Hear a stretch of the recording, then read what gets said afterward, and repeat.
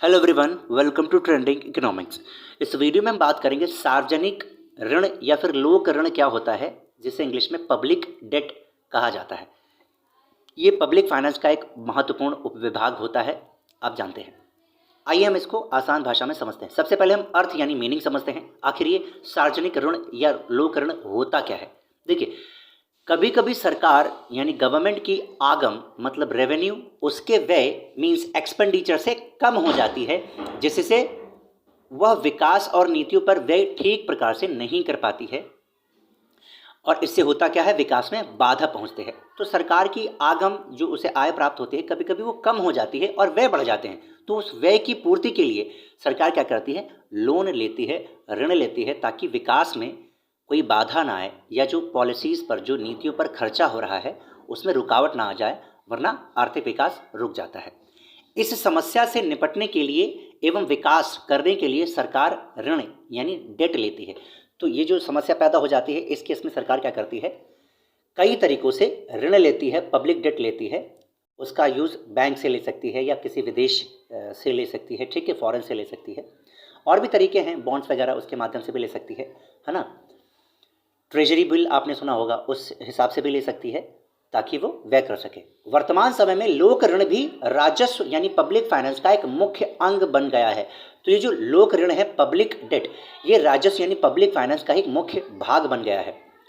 लोक ऋण की प्रमुख विशेषता यह है कि सरकार को ऋण के रूप में प्राप्त धनराशि का भुगतान करना पड़ता है और सामान्यतः इस राशि पर ब्याज भी देना पड़ता है। तो सरकार जो ऋण लेती है उसको किसी न किसी दिन तो चुकाएगी, कभी न कभी तो चुकाएगी। तो उसको तो चुकाती है ही, साथ साथ उसको ब्याज यानी इंटरेस्ट भी चुकाना होता है। ठीक है, ये चीज़ क्लियर हो गई होगी। अब हम परिभाषा देख लेते हैं, छोटी सी परिभाषा, यही जो अभी हमने अर्थ समझा इसको एक फ्लो में जब हम डाल देते हैं परिभाषा बन जाती है अच्छे से, या परिभाषा कोई बड़ा जो अर्थशास्त्री है उस टाइप के लोग देते हैं। आगे समझते हैं। कभी कभी सरकार को कई सारी नीतियों पर खर्च करने के लिए उसका आगम कम पड़ जाता है, उसकी जो रेवेन्यू होती है वो कम पड़ जाता है, जिससे सरकार को ऋण लेना होता है। इसी को लोक ऋण कहा जाता है। तो सरकार को बहुत सारी नीतियों, आर्थिक विकास पर खर्चा करना होता है, आगम कम हो जाता है, व्यय ज़्यादा हो जाता है, व्यय जो ज़्यादा हो जाता है उसकी पूर्ति के लिए ऋण लेती है, इसी को हम लोक ऋण कहते हैं। अब सार्वजनिक ऋण के अध्ययन में मुख्यतः तीन पहलुओं को अध्ययन किया जाता है, तीन पहलुओं को देखा जाता है। पहला सैद्धांतिक पक्ष यानी थ्योरेटिकल साइड। इसमें हम ये देखते हैं ऋण क्या है, ये कितने प्रकार का होता है, इसका स्ट्रक्चर क्या होता है, इससे संबंधित सिद्धांत क्या होते हैं, ठीक है, इसमें हम अध्ययन करते हैं। तो ये हो गया सैद्धांतिक पक्ष। दूसरा होता है व्यावहारिक पक्ष।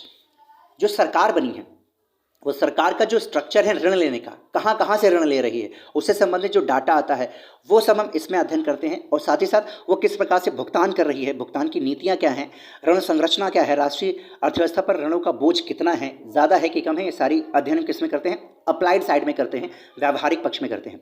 और अंत में आता है आदर्शात्मक पक्ष या आदर्श पक्ष, नॉर्मेटिव साइड। इसमें हम क्या करते हैं, ये मूल्यांकन करते हैं कि भैया जो ऋण लेने की व्यवस्था है वो ठीक है कि नहीं, लेना चाहिए सरकार को कि नहीं लेना चाहिए, कब लेना चाहिए कब नहीं लेना चाहिए, क्या इससे समाज का विकास होगा, अधिकतम सामाजिक लाभ पहुंचेगा या नहीं पहुंचेगा।